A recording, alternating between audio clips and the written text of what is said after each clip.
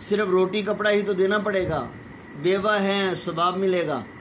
انہوں نے اپنے پاس بلا لیا، اپنے گھر میں رکھ لیا، تو انہوں نے ان کی خدمت شروع کر دی، انہوں نے ان کی خدمت شروع کر دی۔ ان کی خدمت اس طرح سے ان کے بچوں کو کھانا پکانا، کڑھائی، سلائی، قرآن شریف، نماز روزہ، یہ تمام کی تمام چیزیں ان کو سکھاتے تھے۔ وہ بھی بڑے خوش ہوئے کہ صرف روٹیوں پر جو ہے وہ اس طرح کی استانی کہاں ملتی ہے، چلو ہمارا بھی بھلا ہو گیا، ان کی بھی زندگی گزر جائے گی۔ ایک دن ان سے کہا گیا کہ آپ کہانی سنائیں، سنا ہے آپ جو ہیں وہ سے ہو کر آئی ہیں، یعنی جنات وغیرہ کے علاقے سے ہو کر آئی ہیں۔ تو انہوں نے کہانی سنانی شروع کی۔ اپنا بنٹ پلاؤ یعنی سبز چنے کا پلاؤ جو ہے وہ پکنے کے لیے تیار رکھا ہوا تھا کہ ان کو کوئی لینے کے لیے آیا اور دیکھا تو باہر سواری کھڑی ہوئی ہے۔ کچھ دیر سواری چلتی رہی شور شرابے کے اندر، لیکن جب شور شرابہ بالکل ختم ہو گیا، شورغل ختم ہو گیا، تو اور انہوں نے دیکھا کہ جو سواری ہے وہ ہوا کے اندر اڑتی جا رہی ہے اور بڑی تیزی سے جا رہی ہے، تو ان کو فکر لاحق ہوئی۔ تو جب انہوں نے سواری چلانے والے کی یعنی وہ جو سواری چلانے والا تھا اس کو دیکھا تو وہ بڑی عجیب شکل کا آدمی تھا۔ مختصر یہ کہ یہ ڈر گئیں اور اپنا تعارف کروانے لگی، میں سیدانی ہوں، مجھے تم نقصان نہیں پہنچا سکتے۔ انہوں نے اس آدمی نے کہا جو لینے کے لیے آیا تھا کہ گھبراؤ نہیں، آپ کو کوئی نقصان نہیں پہنچایا جائے گا، ہماری شہزادی کے شادی ہے، اس کے کپڑے ٹانکنے ہیں، سرکار نے آپ کو یاد کیا ہے، آپ کا بہت چرچا ہے، اس وجہ سے ہم آپ کو لے کر آئے ہیں اور اسی طرح واپس بھی چھوڑ جائیں گے۔ خیر سیدانی بھی وہاں گئیں تو وہاں جنت جیسا انہوں نے منظر دیکھا، خوبصورت لڑکیاں پروں والی جس طرح پریاں ہوتی ہیں، اور بڑی عجیب عجیب چیزیں دیکھی انہوں نے۔ وہاں پر دن رات کا تصور ہی نہیں، ہر طرف لائٹنگ ہی لائٹنگ، روشنی ہی روشنی، اور ہر طرف جو ہے وہ خوشبو ہی خوشبو، لوگ جو ہیں وہ پھر رہے ہیں نئے سے نئے کپڑے اور زرق برق لباس، چمکدار لباس پہنا ہوا، بڑی حیران ہوئیں۔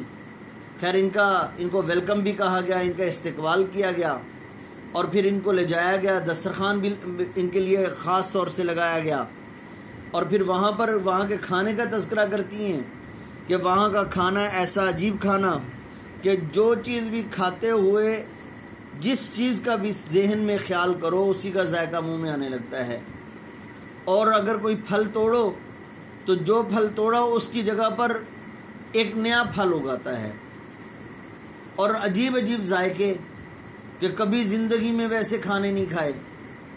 اب وہاں کے اعتبار سے تو یوں لگتا تھا جیسے کئی دن اور کئی راتیں گزر گئیں، لیکن جب واپس آئیں، واپس آ کر دیکھا تو وہیں ابھی تھوڑا سا ٹائم گزرا تھا۔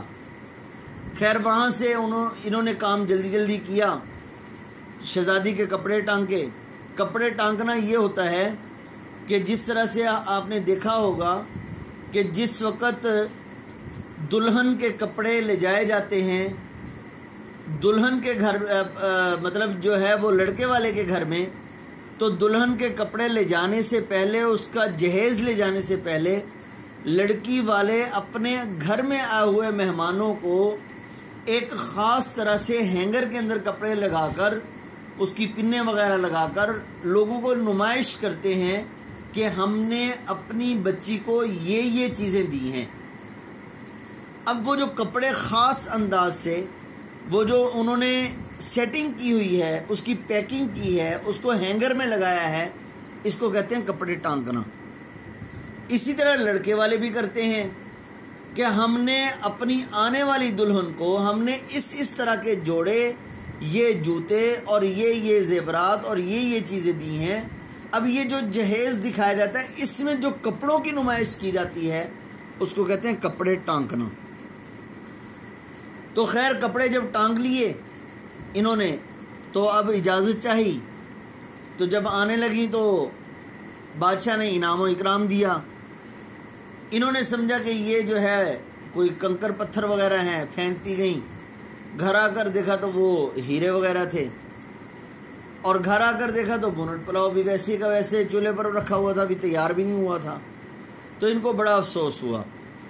تو اس سبق کے اندر پرستان کی یہ ساری کی ساری کہانی بتائی گئی ہے، میں نے آپ کو مختصر بتائی ہے۔ دیکھیں آپ ریڈنگ کرتے ہیں۔ سیدانی بی کا یہ وقت میں بڑا دور دورہ تھا، دور دورہ شہرت، قلعے کی اچھی اچھی مغلانیاں ان کے سامنے کان پکڑتی تھیں، مغلانیاں درجن کان پکڑتی تھیں، اپنے کو کم سمجھتی تھیں۔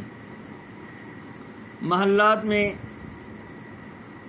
ان کے ہاں کوئی نیا جوڑا سلا، کوئی کسی نئی وضع کی ٹکائی کا ذکر ہوا، وضع نئی بناوٹ، نیا ڈیزائن، ٹکائی کپڑوں کی ترتیب لگانا، ہینگر وغیرہ کے اندر لگانا، اور یہ بلائی گئیں۔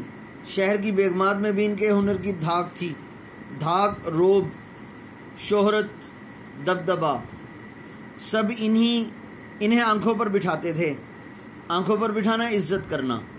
آج پالکی چلی آ رہی ہے، پالکی بھگی جو سواری ہوتی ہے 2 گھوڑوں کے ساتھ چلتی ہے، بھگی آج کل شادی کے طور پر استعمال ہوتی ہے، شادی کے موقع پر استعمال ہوتی ہے کہ بڑی سرکار نے بلایا ہے۔ کل ڈولی کھڑی ہوئی ہے، نواب سلطان جہان بیگم نے یاد کیا ہے۔ نہ رات کو فرصت تھی نہ دن کو چین، صبح کہیں مہمان ہے تو شام کو کہیں، لیکن رہے نام سائیں کا۔ بڑھاپا آیا تو ہاتھ پاؤں نے جواب دیا، آنکھیں دھندلا گئیں۔ اب کون پوچھتا دنیا اور مطلب نہ رہا تو کیسی خاطرداری خدمت۔ ہارے وقت کا کوئی ساتھی نہیں، بیچاری کو ٹکڑے کا سہارا دینے والا کوئی بھی نہ تھا۔ جب بہت پریشان ہوئیں تو پڑوس میں ایک میر صاحب رہتے تھے، ان کی بیوی نے انہیں ترس کھا کر اپنے پاس رکھ لیا۔ سنا ہے یہ نہایت شریف گھرانے کی بیٹی تھی۔ مرہٹا گردی میں ان کا خاندان تباہ ہو گیا۔ مرہٹا گردی وہ ریاست مہاراشٹر کی جنگجو قوم نے جب برے صغیر پر حملہ کیا تو اس کو مرہٹا گردی کہتے ہیں۔ برس دن کی بیاہی مطلب اچھے دن کی بیاہی، بیوہ ہو گئی۔ اس زمانے میں دوسری شادی کرنا بڑا عیب سمجھا جاتا تھا، برا۔ مغلانی کا پیشہ اختیار کیا مطلب یہ بھی درجن بن گئی۔